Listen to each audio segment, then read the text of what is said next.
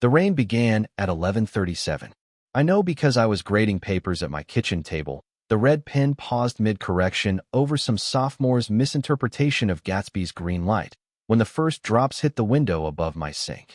The sound was gentle at first, barely audible beneath the hum of the refrigerator and the distant murmur of late-night television from my neighbor's house. But storms in coastal towns have their own logic, their own inevitable crescendo, and within minutes the gentle tapping had become a steady drumming that filled the small spaces of my life with urgency. I set the pen down and walked to the window, watching the streetlight outside cast wavering shadows through the rain-streaked glass. The light had been flickering for weeks, throwing uneven pools of yellow across the pavement, and I'd been meaning to call the city about it. But meaning to do something and actually doing it were two different creatures entirely, and I'd grown comfortable with that distance. It was past midnight now, and the street was empty except for the rain itself, which seemed to move with purpose through the amber glow. That's when I saw him. At first, he was just a shape in the periphery of the light, a dark figure standing motionless beneath the storm. I pressed closer to the glass, my breath fogging the surface, and felt something cold settle in my chest. The figure wasn't moving toward shelter or hurrying past like any reasonable person would. He was simply standing there, letting the rain soak through whatever clothes he wore, as though he'd forgotten how to move forward. I knew it was Caleb before I could see his face clearly. There's something about the way a person holds themselves that becomes as familiar as their voice, and I'd memorized the particular slope of his shoulders years ago during late nights in college dormitories and summer afternoons by the lake. Even drenched and motionless, even after months of careful distance, his silhouette was unmistakable. My bare feet found the cold hardwood as I moved away from the window, uncertain whether I should turn off the lights and pretend I wasn't home or open the door and invite whatever storm he'd brought with him into my carefully ordered life. The house felt smaller suddenly, as though the walls had shifted inward, and I realized I was holding my breath. The knock, when it came, was barely audible above the rain. 3 soft taps, hesitant and apologetic, the sound of someone who wasn't sure they should be there at all. I stood in my living room, wearing yesterday's teaching clothes and the kind of exhaustion that settles into your bones after too many years of the same routine, and felt time bend sideways. When I opened the door, Caleb was standing on my porch with his fist still pressed against the doorframe, as though he'd been leaning into it for support. His dark hair was plastered to his forehead, and water dripped from his chin onto the welcome mat I'd bought 2 summers ago and never used. His eyes, when they met mine, were red-rimmed and hollow in a way that made my throat tighten. "She's gone," he whispered, and the words seemed to dissolve into the rain before I could properly hear them. But I understood anyway, because there had only ever been one she in Caleb's vocabulary, one name that could reduce him to this broken thing standing on my doorstep at 12:43 in the morning. Naomi.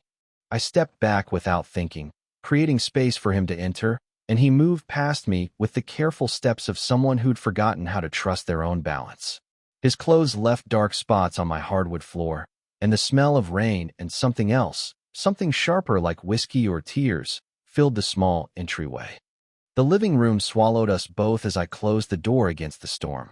Caleb stood in the center of the space, dripping and trembling, and I found myself cataloging the details as though they were important.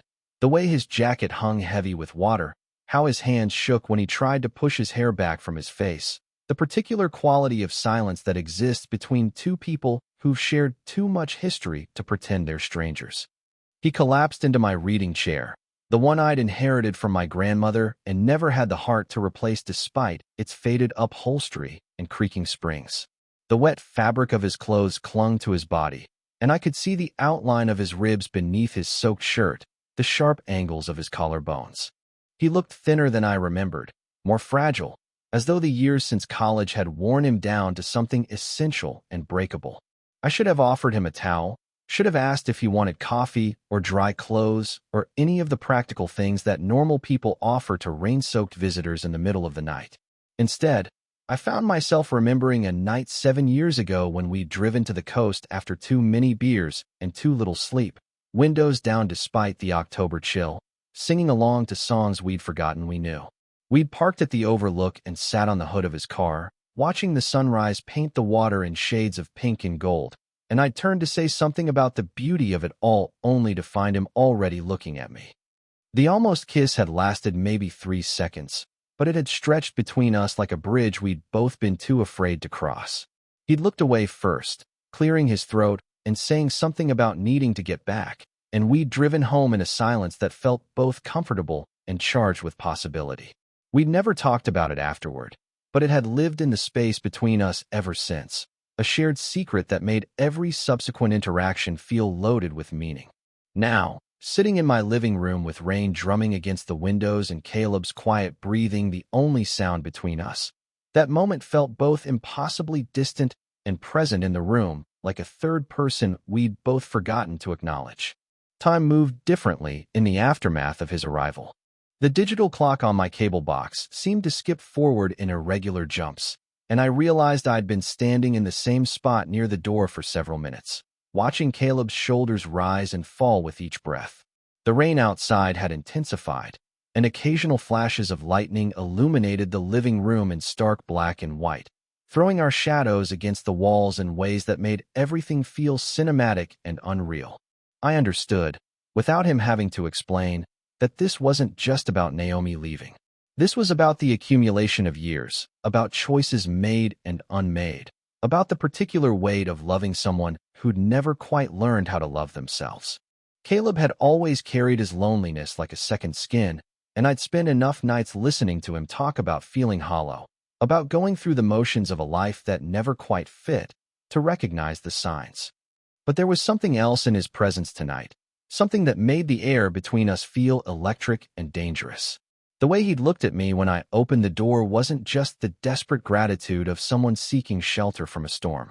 It was recognition, as though he'd finally remembered something he'd been trying to forget. The thunder outside seemed to shake the entire house, and Caleb's eyes found mine across the dim room. Neither of us spoke, but I felt something shift in the silence, some fundamental change in the architecture of whatever existed between us. The rain continued its relentless drumming, and I knew that when morning came, when the storm passed and the world returned to its normal rhythms, nothing would be quite the same.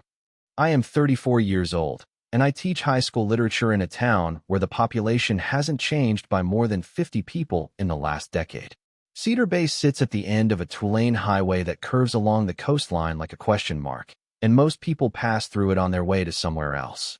The kind of place where storms roll in heavy from the Pacific, carrying salt and secrets in equal measure, where every window frame in town bears the white residue of ocean spray and time. My house is a rental, though I've lived here long enough that it feels like mine. The landlord, Mrs. Chun, lives 3 states away and seems to have forgotten she owns the property. The kitchen faucet has dripped for 2 years, creating a rust stain in the porcelain sink that I've grown oddly fond of. My coffee mugs don't match because I've acquired them one at a time from the thrift store downtown, each one chosen for some small imperfection that appealed to me in the moment. A chip in the handle, a faded logo from a restaurant that closed before I was born. The accumulation of small, broken things that somehow make a life. The bookshelf in my living room holds mostly poetry, though I teach prose to my students. Frost and Oliver, and a worn copy of Neruda that I bought in college and never quite understood until I was older, until I'd learned what it meant to love something you couldn't have. The books are arranged by how often I reach for them, not alphabetically, and the spine of the Neruda is so cracked that the pages threaten to fall out when I open it. But some things are worth the risk of falling apart. I have routines that have calcified into armor over the years. Coffee at 6:15, black because I ran out of cream 3 months ago and never remembered to buy more. The same route to school along Harbor Street, past the diner where Margaret waves from behind the counter even though we've never spoken beyond pleasantries about the weather. Lunch in my classroom while grading papers, the afternoon light through the windows casting everything in shades of amber and dust. Home by 4, grocery shopping on Saturdays, a single beer on Sunday evenings while reading on the porch if the weather permits. It is a small life, but it has been mine. Caleb left Cedar Bay 8 years ago, though it feels like both yesterday and a lifetime.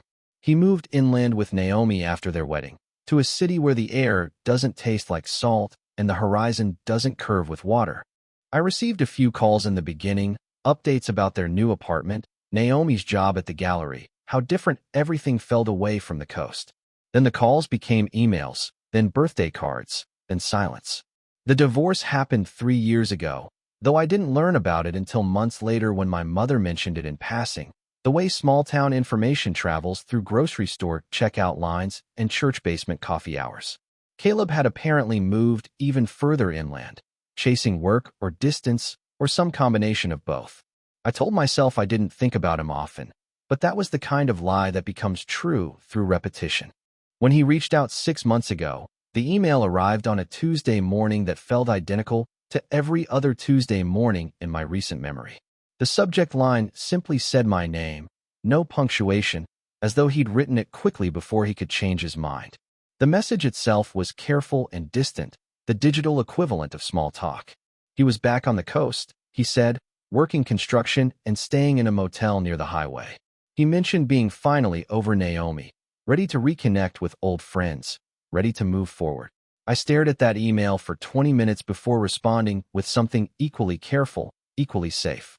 We arranged to meet for coffee at the diner on Harbor Street, neutral territory where Margaret could witness our reunion and report back to the rest of the town that it had been perfectly ordinary, nothing worth discussing.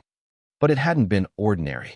Caleb looked older, obviously, but also somehow more himself, as though the years away had stripped him down to something essential. His laugh was the same, that sudden bark of amusement that always caught me off guard, and his hands still moved when he talked, sketching shapes in the air to illustrate points that words couldn't quite capture. We began meeting regularly after that first coffee. Quiet evenings at my house where he'd help me grade papers or sit on the porch reading while I cooked dinner. He seemed lighter than I remembered, less haunted by whatever restlessness had driven him away in the first place. I let myself believe that he was healing, that the careful distance he maintained from his past meant he was finally ready to build something new. Cedar Bay itself seemed to exhale around his presence, as though the town had been holding its breath during his absence. The grocery store clerk, Tommy, remembered his usual beer and stocked it without being asked. The librarian, Mrs. Foster, asked after him when she saw me checking out books.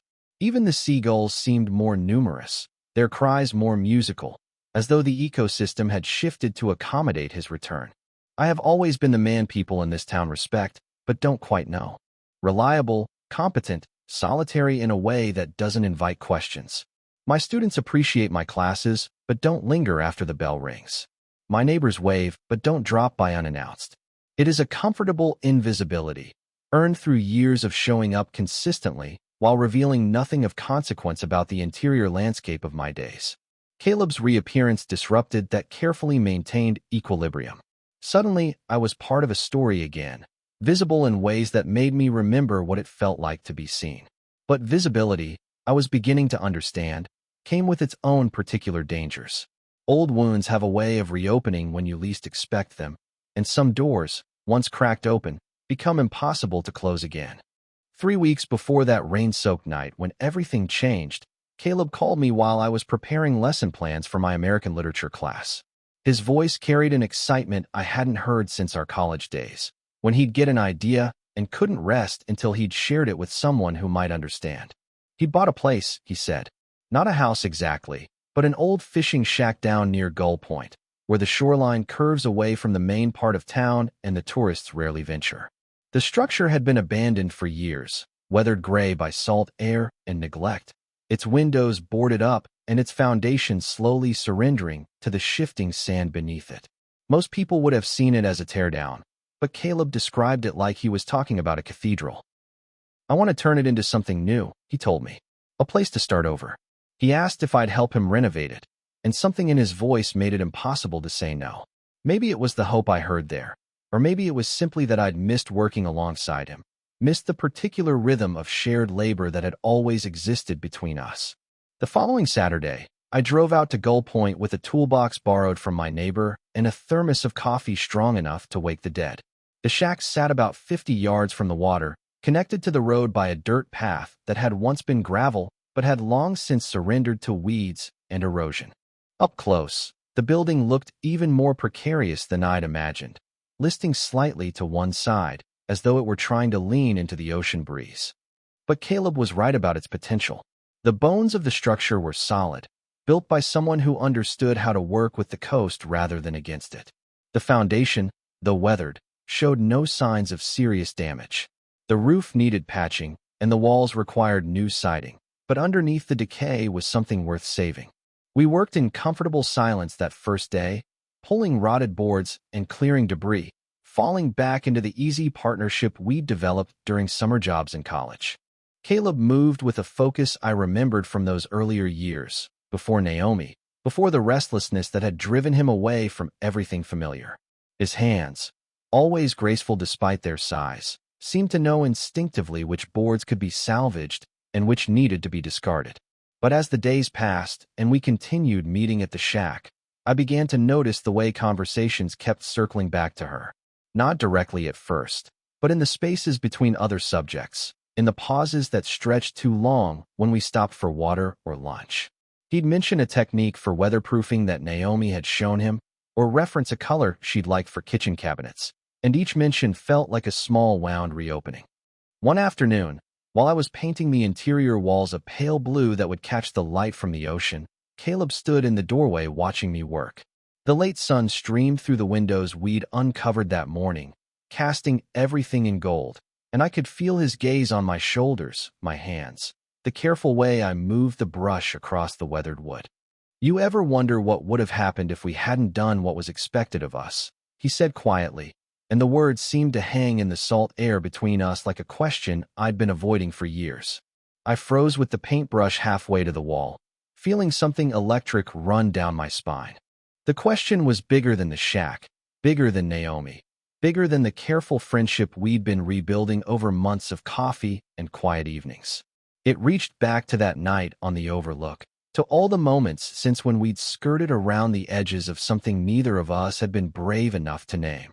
"I don't know," I told him finally, which was both true and completely inadequate. That evening, after we'd cleaned the brushes and locked up the shack, we found ourselves at Murphy's Tavern, the kind of dive bar that smells like decades of spilled beer and cigarette smoke, where the locals gather to complain about the weather and the tourists in equal measure. We ordered beers and claimed a table near the back, away from the handful of other patrons scattered throughout the dim space. The alcohol loosened something in both of us, or maybe it was simply the exhaustion of spending days working with our hands, of falling back into rhythms we'd thought we'd forgotten. Caleb told me about the years after the divorce, the series of jobs that never quite fit, the apartments in cities where he knew no one and no one knew him. He mentioned a night in Portland, a nameless encounter that didn't mean anything, but the way he said it made me understand that he was trying to tell me something larger about loneliness and the ways people try to fill empty spaces. Later, we walked back toward town along the beach, our shoes filling with sand, the moon painting a silver path across the water that seemed to lead nowhere and everywhere at once. We found ourselves at the old pier, the one with paint peeling from its railings and boards that creaked under our weight. We sat side by side, feet dangling above the water, and I felt the particular intimacy that comes from being awake while the rest of the world sleeps. Caleb leaned back on his elbows, looking up at the stars barely visible through the coastal haze, and I found myself studying his profile in the moonlight. The sharp line of his jaw, the way his hair curled slightly at the nape of his neck, the hollow at the base of his throat where his pulse would be beating if I were close enough to feel it. "I haven't been with anyone seriously since Naomi," he said into the darkness. The words seemed to cost him something, and I felt my chest tighten with a mixture of hope and fear I didn't know how to name. The waves lapped against the pier pilings below us, marking time in a rhythm older than the town, older than our friendship, older than any of the careful boundaries we'd constructed around whatever lived in the space between us. The morning after that conversation at the pier, I expected things to feel different between us, weighted with the implications of words spoken in darkness. But Caleb arrived at my house at 7:30 with coffee and pastries from the bakery on Main Street, acting as though nothing had shifted in the architecture of whatever we were building together. He stood in my kitchen, leaning against the counter with that easy familiarity I remembered from our younger years, and talked about the day's work on the shack as though the previous night had been a dream we'd both agreed to forget. But I could see it in the way his eyes lingered on my hands when I reached for my coffee mug, in the careful space he maintained between us that felt both respectful and charged with possibility. The rain-soaked night when he'd collapsed in my living room had changed our rhythm, shifted us into something more intimate and dangerous than the careful friendship we'd been rebuilding. He started showing up unannounced after that, not just for shack repairs, but for reasons that grew increasingly transparent in their flimsiness. He'd arrive during my dinner prep with ingredients for a meal he insisted on cooking, or appear on my porch during evening storms with a bottle of wine and stories about his day working construction sites around the county. These visits felt different from our planned meetings, more spontaneous and revealing, as though he was testing the boundaries of how much of himself I was willing to accommodate.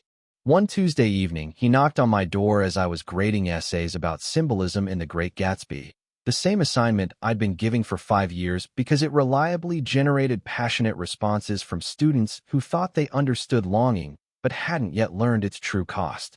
When I opened the door, Caleb stood there with takeout containers from the Chinese restaurant 2 towns over, claiming he'd ordered too much food and couldn't bear to waste it.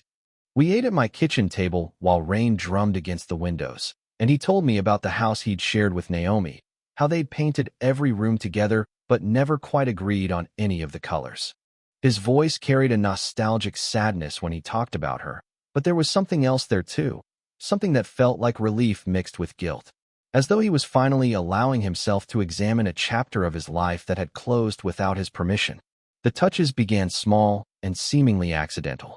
His hand brushing mine when he passed me a beer, his shoulder bumping against mine when we worked side by side on the shack's new roof, our bodies finding excuses to occupy the same space. Once, while fixing a beam that had warped in the salt air, his palm landed flat against my back as he steadied himself, and the heat of it seemed to burn through my shirt long after he'd moved away. I started keeping a journal again, something I hadn't done since graduate school, writing in it late at night when sleep eluded me and my thoughts kept circling back to the particular quality of attention Caleb paid me now. "What are we doing?" I wrote one night, the words stark on the page. "And what does it cost me to keep pretending it's nothing?" The answer came gradually, in moments that accumulated like sediment, building layers of meaning beneath the surface of our interactions. There was the evening we shared an umbrella walking back from the shack during an unexpected downpour, Caleb laughing in a way I hadn't heard since our college days, his eyes bright and searching when he looked at me. There was the morning I found him standing in my kitchen at dawn, making coffee with the familiarity of someone who belonged there, wearing one of my old sweatshirts he'd borrowed and never returned. But it was the night we finished painting the shack's interior that everything crystallized into inevitability. We'd worked late, racing against the approaching darkness, and when we finally set down our brushes, the small space glowed with fresh paint and possibility. Caleb stood in the center of the main room, turning slowly to take in our work, and I watched him with the kind of attention that borders on memorization. "This is it," he said softly. "This is what starting over looks like." The words hung between us like a bridge I could choose to cross or burn. I understood that he wasn't just talking about the shack, wasn't just referring to the physical transformation we'd accomplished together. He was talking about the way we'd been circling each other for weeks, the careful dance of almost touches and loaded glances, the growing certainty that whatever lived between us was bigger than friendship, more dangerous than nostalgia. We drove back to town in comfortable silence, the windows down despite the cool evening air, and I felt something shifting in my chest like a lock finally turning. When we reached my house, instead of dropping me off as he usually did, Caleb parked and followed me up the front steps without asking permission. Inside, we moved around each other with a new kind of awareness, as though the air itself had thickened with possibility. He helped me make sandwiches for a late dinner, our movements synchronized in a way that felt both natural and electric. When our hands met reaching for the same plate, neither of us pulled away immediately, and I felt my pulse quicken in response to that simple contact. Later, as we sat on my couch with beers and the television providing background noise neither of us was paying attention to, I caught him watching me with an expression I couldn't quite decipher. There was want there, unmistakable and patient, but also something that looked like fear, as though he was afraid of breaking whatever fragile thing we'd been constructing together. The storm outside grew stronger as the night progressed, and when Caleb finally stood to leave, we both knew he wouldn't make it home before the worst of it hit. I offered him the spare room, the same careful hospitality I'd extend to any friend, But when our eyes met across the dim living room, we both understood that nothing about this night would be careful or safe or easily categorized as friendship. The spare room remained empty that night, though neither of us acknowledged the decision explicitly. We simply found ourselves on the couch as the storm intensified, the space between us gradually diminishing as thunder shook the windows and lightning illuminated the living room in stark, momentary clarity. Caleb had changed into a dry shirt I'd given him, one of my old teaching conference t-shirts that hung loose on his frame, and there was something achingly intimate about seeing him in my clothes, about the way he'd folded his wet things over the chair in my kitchen without asking permission. He talked about Naomi that night in a way he never had before, not with the careful nostalgia I'd grown accustomed to, but with a raw honesty that felt like watching someone clean an infected wound. He told me about the last months of their marriage, how they'd moved through their shared spaces like polite strangers, how he'd felt like a hollow shell going through the motions of a life that had never quite fit him properly. She found someone else years ago, he said, his voice barely audible above the rain. Not physically, not at first, but emotionally. I could see it happening, and I didn't know how to stop it, didn't know how to become whatever she needed me to be. I sat beside him, close enough that I could feel the warmth radiating from his body, close enough to count the freckles across his shoulders that had appeared during our weeks working on the shack. I wanted to tell him that maybe the problem hadn't been his inability to become what she needed, but rather his inability to become who he actually was. But some truths are too large to speak aloud, too dangerous to offer to someone who might not be ready to receive them. The silence stretched between us, filled only by the storm outside and the particular tension that exists in small spaces when two people are holding their breath simultaneously. When Caleb turned his head toward me, his eyes were bright with unshed tears and something else, something that looked like recognition finally dawning. The kiss happened quietly, almost clumsily, without the dramatic inevitability I'd imagined during all those sleepless nights when I'd allowed myself to wonder what it would feel like. One moment we were sitting side by side, careful not to touch, and the next his hand was cupping my face and his mouth was on mine, soft and uncertain, but unmistakably real. For a heartbeat, I didn't breathe. All the years of careful distance, of unspoken possibility, of wondering what if crystallized into this single point of contact. His lips were warm and slightly chapped from the salt air, and I could taste the beer we'd been sharing, could smell the particular scent of his skin that I'd been unconsciously memorizing for weeks. The kiss was everything I'd imagined and nothing like it at the same time, because imagination could never capture the way my entire nervous system seemed to light up in response to his touch. When he pulled back, his eyes were wide with something that might have been panic. "I'm sorry," he whispered, his voice breaking slightly on the words. "I don't know what I'm doing." But I did know, or at least I knew enough to understand that this moment had been building since the night he'd shown up on my doorstep. Maybe even since that almost kiss years ago that we'd both pretended to forget.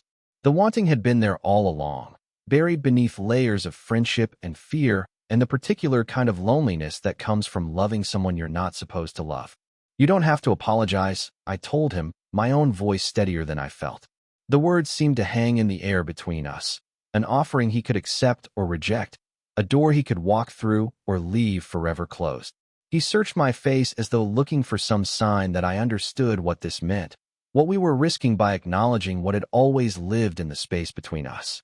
Outside, the storm continued its assault on the windows, but inside everything felt suspended, as though time had paused to allow us this moment of truth. When he kissed me again, it was with more certainty, his hands finding the back of my neck, fingers threading through my hair. This time I kissed him back, letting myself fall into the warmth and rightness of it, into the particular relief that comes from finally admitting what you've been denying for too long. We moved against each other with the careful urgency of people who'd been waiting years for permission to touch, and I felt something in my chest that had been clenched tight for months finally begin to unfurl. We didn't sleep together that night, though we came close, stopping ourselves at the edge of something that felt too significant to rush through. Instead, we held each other on the couch until the storm passed, Caleb's head on my shoulder, my fingers tracing absent patterns on his back through the thin cotton of my borrowed shirt. The intimacy of it was almost overwhelming.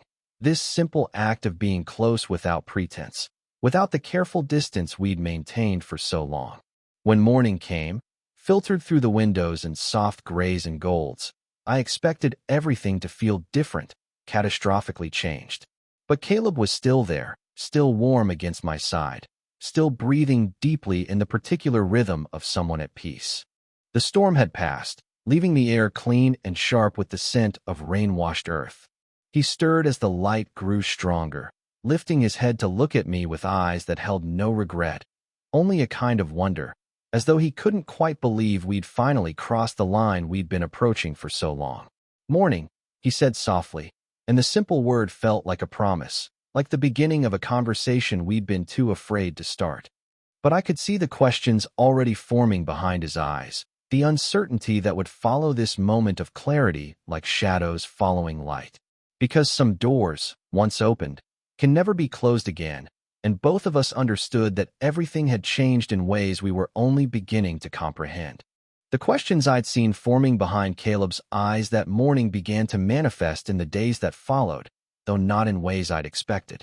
He didn't pull away physically. If anything, he became more present, more tactile, as though the permission we'd given ourselves to touch had unlocked something in him that had been carefully guarded for years. His hand would find my shoulder while I graded papers at the kitchen table. He'd stand close enough that I could feel his breath on my neck when he looked over my shoulder at lesson plans. The casual intimacy was intoxicating and terrifying in equal measure. But there was something else beneath the surface, a restlessness that reminded me of the way he'd been in college before big decisions, pacing and questioning and turning possibilities over in his mind like stones he couldn't stop examining. He'd grow quiet during conversations, his attention drifting to some middle distance I couldn't locate, and I'd catch him watching me with an expression that felt like he was trying to solve a puzzle he couldn't quite piece together. 3 weeks after that first kiss, he asked if he could stay with me permanently. The request came on a Sunday evening as we cleaned up after dinner, his voice carefully casual as he mentioned that his lease at the motel was up at the end of the month. He could move into the shack, he said, but it still wasn't quite habitable, and besides, he liked being here, liked the rhythm we'd developed, the way we moved around each other in the small spaces of my life. I paused with my hands submerged in dishwater, feeling something cold settle in my stomach despite the warmth of his body behind me, the way his hands had come to rest on my hips as he spoke. The offer should have felt like the natural progression of what we'd started, but instead it felt like a question I wasn't sure either of us was ready to answer honestly. "Are you here because of me?" I asked that night as we sat on the porch, watching fog roll in from the ocean, "or because you lost her?" The words came out more directly than I'd intended, cutting through the careful politeness we'd been maintaining around the larger implications of what we were doing. Caleb went very still beside me, his beer halfway to his lips, and I could see him weighing his response with the particular care of someone who understood that the wrong words could shatter something fragile. The silence stretched long enough that I began to regret the question, began to wish I could take it back and return to the comfortable ambiguity we'd been living in. But some truths demand space to breathe, and this one had been growing larger in the quiet moments between us, in the spaces where Naomi's ghost still seemed to linger despite everything we'd shared. "I don't know how to be without you," he said finally, his voice so quiet I had to lean closer to hear it above the sound of waves against the rocks below. "I think I never did." The admission hit me like a physical blow, because it was both everything I'd wanted to hear and nothing like the answer I needed. There was love in those words, recognition of something deep and lasting between us. But there was also the particular desperation of someone who'd lost his anchor and was reaching for whatever solid thing he could find. "But you don't know what you want," I said, and it wasn't a question. He turned to look at me then, his face pale in the light spilling from the kitchen window behind us. "No," he admitted. "I don't. I only know that I'm scared of losing you entirely." The honesty of it should have been enough, should have been the foundation we could build something real on. But I'd spent too many years being someone's safe harbor, too many nights watching friends use my steadiness as a place to rest while they figured out what they actually wanted, to mistake emotional dependency for love. "I can't be your fallback," I told him, the words coming from some deep well of self-preservation I'd forgotten I possessed. "I can't be the person you choose because she's gone and I'm here." Caleb flinched as though I'd struck him, and I saw something that might have been recognition flicker across his features. The truth had a way of illuminating things people preferred to keep in shadow, and neither of us could pretend anymore that his presence in my life wasn't at least partially about the absence of hers. We sat in silence after that, the fog thickening around us until the streetlights became dim halos and the sound of the ocean felt muffled and distant. I thought about all the ways people love each other imperfectly, about the difference between being chosen and being convenient, about the particular cruelty of loving someone who might love you back, but for all the wrong reasons. When he asked about staying permanently, about leaving the shack for good and building something together in the spaces of my small, ordered life, I felt the weight of every careful routine I'd constructed over the years, every boundary I'd built to protect myself from exactly this kind of beautiful, devastating uncertainty.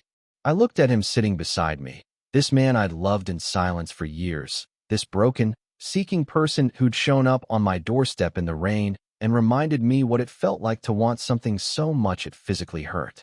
He was offering me everything I'd dreamed of and nothing I could actually accept. Not like this. Not when neither of us could be sure whether what we felt was love or just the particular comfort that comes from familiar loneliness shared between two people who'd forgotten how to be alone. Not like this, I said softly, and watched something die behind his eyes even as understanding flickered there. The recognition that some doors, once opened, revealed rooms neither of us was ready to inhabit. Caleb left on a Thursday morning in October, when the fog hung so thick over Cedar Bay that the ocean disappeared entirely, leaving only the sound of waves against invisible rocks and the mournful cry of seagulls lost somewhere in the gray. He'd been staying at the motel again for the past week, ever since our conversation on the porch, and when he knocked on my door that final time, I knew before opening it that he'd come to say goodbye. He stood on my steps wearing the same jacket he'd worn that rain-soaked night months ago, a duffel bag slung over his shoulder and his truck idling in the driveway behind him. There was work inland, he said, a construction project that would last through the winter, maybe longer. His voice was steady, but I could see the effort it cost him to maintain that steadiness, the way his hands moved restlessly at his sides, as though he didn't know what to do with them now that touching me was no longer an option. The shack remains unfinished. I drive past it sometimes on my way to the grocery store, watching the way the salt air continues its patient work of reclaiming what we'd tried to restore. The new paint has begun to fade, and one of the shutters we'd rehung hangs crooked now, victim of a winter storm that blew through in January.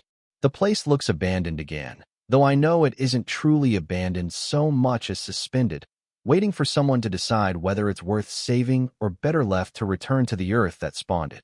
We speak rarely now, only through text messages that arrive at irregular intervals like postcations from a life I'm not part of. He sends pictures sometimes, a sunset over unfamiliar mountains, a coffee cup in a diner I'll never visit, his hands dirty from work I can't see. I respond with careful pleasantries about the weather in Cedar Bay, updates about students who've graduated and moved on to colleges in distant cities, the small news of a small town that continues its slow rotation through seasons he's no longer here to witness. But there are things I don't tell him. I don't mention that Mrs. Chen finally fixed the kitchen faucet, eliminating the rust stain I'd grown fond of.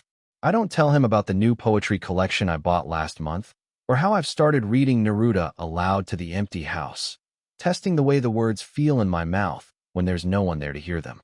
I don't tell him that I've been sleeping in the spare room some nights, because the couch still holds the memory of his body against mine, still carries the particular weight of a conversation that changed everything.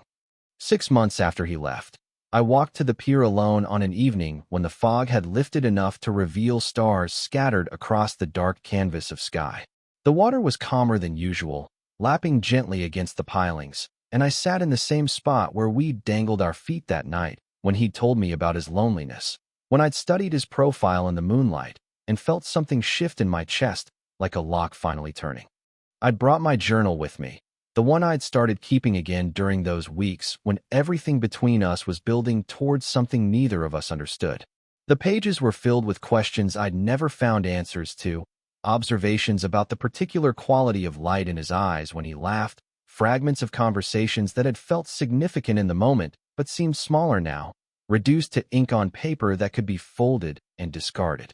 One by one, I tore out the pages that contained him, that held the careful documentation of falling in love with someone who couldn't choose me completely. The paper felt fragile between my fingers, years of wondering and wanting reduced to something that weighed almost nothing.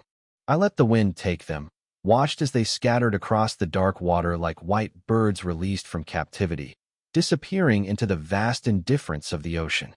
Back at home, I stood in my kitchen and placed 2 mugs on the counter, the way I'd done every morning when he was here. One for myself, one empty, a ritual I'd maintained long after it stopped making sense. But tonight felt different, as though something fundamental had shifted in the architecture of my solitude. I poured coffee into my own mug and left the other where it was, acknowledging its emptiness without trying to fill it. The weight was different now, lighter in some ways and heavier in others. I'd learned the difference between loneliness and solitude, between being chosen and being available, between love that asks you to diminish yourself and love that asks you to become more fully who you already are. These were expensive lessons, paid for in sleepless nights and careful conversations with my own reflection, in the particular ache that comes from choosing yourself when choosing someone else would have been easier. I finally let myself cry that night, standing in my small kitchen with the empty mug beside me and the taste of tears salt-sharp on my lips. But the tears weren't for Caleb leaving, weren't for the relationship that had never quite formed or the future that had never quite materialized. They were for all the years I'd spent waiting for permission to want what I wanted, for the decades of careful distance I'd maintained from my own desires, for the particular courage it had taken to say no to something that looked like love but felt like surrender. The house settled around me as I cried, the old wood creaking in the wind that never stopped blowing off the ocean, and I understood that this was what healing looked like. Not the absence of pain, but the presence of choice, the recognition that some wounds are worth keeping if they teach you how to protect what matters most.